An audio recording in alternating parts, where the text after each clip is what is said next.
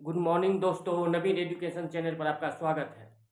जो पहली बार हमारे वीडियो को देख रहे हैं वह सब्सक्राइब कर दें। यदि वीडियो पसंद आए तो उसे लाइक करें एवं शेयर करें।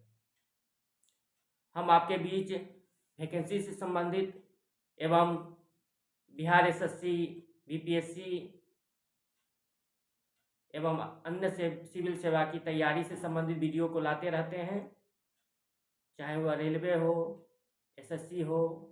तो उसी कड़ी को आगे बढ़ाते हुए आज हम हिस्ट्री से इम्पोर्टेंट क्वेश्चन लेके आए हैं। एक और ज़रूरी सूचना, अब जो है हर दिन 7 से 8 के बीच में आपके बीच ऐसे वीडियो अपलोड होते रहेंगे, तो इस टाइम का आप इंतज़ार करें वीडियो का तैयारी से संबंधित। तो चलिए आगे वीडियो को बढ़ाते हुए आज हिस्ट्री का क्वेश्चन लेकर आए हैं। भारत के प्रमुख राजवंश संस्थापक और उसकी राजधानी। बहुत ही इम्पोर्टेंट क्वेश्चन है, बहुत ही मेहनत के बाद हम इसे तैयार किए हैं।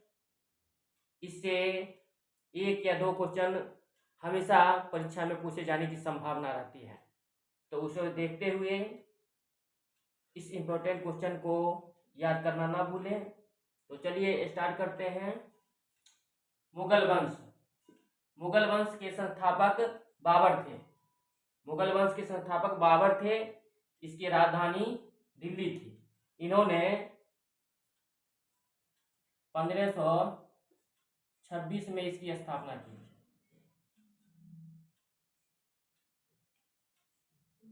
हर्यक वंश। हर्यक वंश के संस्थापक बिंबिसार थे। हर्यक वंश के संस्थापक बिंबिसार थे। इसकी राजधानी राजगिरी थी।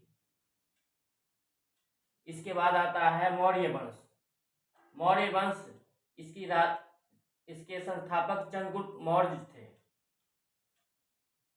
इसकी राजधानी पाटलिपुत्र थी। भारत का प्रथम सम्राट जो पूरे लगभग भारत पर जिसका शासन रहा वह चंद्रगुप्त मौर्य थे। अगला है चोल वंश। चोल वंश इसके संस्थापक विजयाल थे तथा इसकी राजधानी तंजौर है। अगला है राष्ट्रकूट वंश। ये भी इंपॉर्टेंट है, जो बार बार पूछे जाते हैं। इसके संस्थापक दंती दुर्ग थे और इसकी राजधानी मानखेड़ थी। गढ़वाल वंश। गढ़वाल वंश इसके संस्थापक चंद्रदेव थे और इसकी राजधानी कन्नौज थी। गढ़वाल वंश इसके संस्थापक चंद्रदेव थे और इसकी राजधानी कन्नौज थी। अगला है गुर्जर प्रतिहार वंश। गुर्जर प्रतिहार वंश के संस्थापक नागभट्ट प्रथम थे और इसकी राजधानी कन्नौज थी। अगला है चौहान वंश। चौहान वंश के संस्थापक वासुदेव थे और इसकी राजधानी अजमेर थी।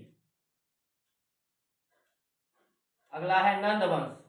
नंद वंश के संस्थापक महापंत नंद थे और इसकी राजधानी पाटलिपुत्र थी। यही नंद वंश में घनानंद प्रमुख शासक हुए, जिससे चंद्रगुप्त मौर्य के बीच लड़ाई होती है और उसके बाद मौर्य वंश का स्थापना होता है। अगला है कर्ण वंश। कर्ण वंश के संस्थापक वासुदेव थे और इसकी राजधानी पाटलिपुत्र थी।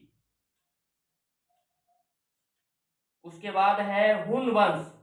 हुन वंश के संस्थापक तोरवान थे। हुन वंश के संस्थापक तोरवान थे और इसकी राजधानी सियालकोट थी। वर्धन वंश। वर्धन वंश के संस्थापक पुष्यभूति थे और इसकी राजधानी थानेसर या मानखेड़ थी। यानी कि पहले इसकी राजधानी थानेसर थी, उसके बाद कुछ शासकों ने इसे कन्नौज कर दिया। अगला है गुलाम वंश।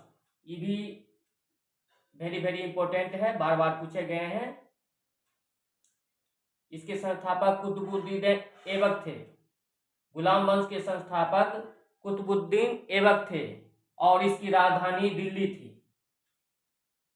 इसके बाद है खिलजी वंश। खिलजी वंश के संस्थापक जलालुद्दीन खिलजी थे और इसकी राजधानी दिल्ली थी। तुगलक वंश। तुगलक वंश के संस्थापक गयासुद्दीन तुगलक थे और इसकी राजधानी दिल्ली थी।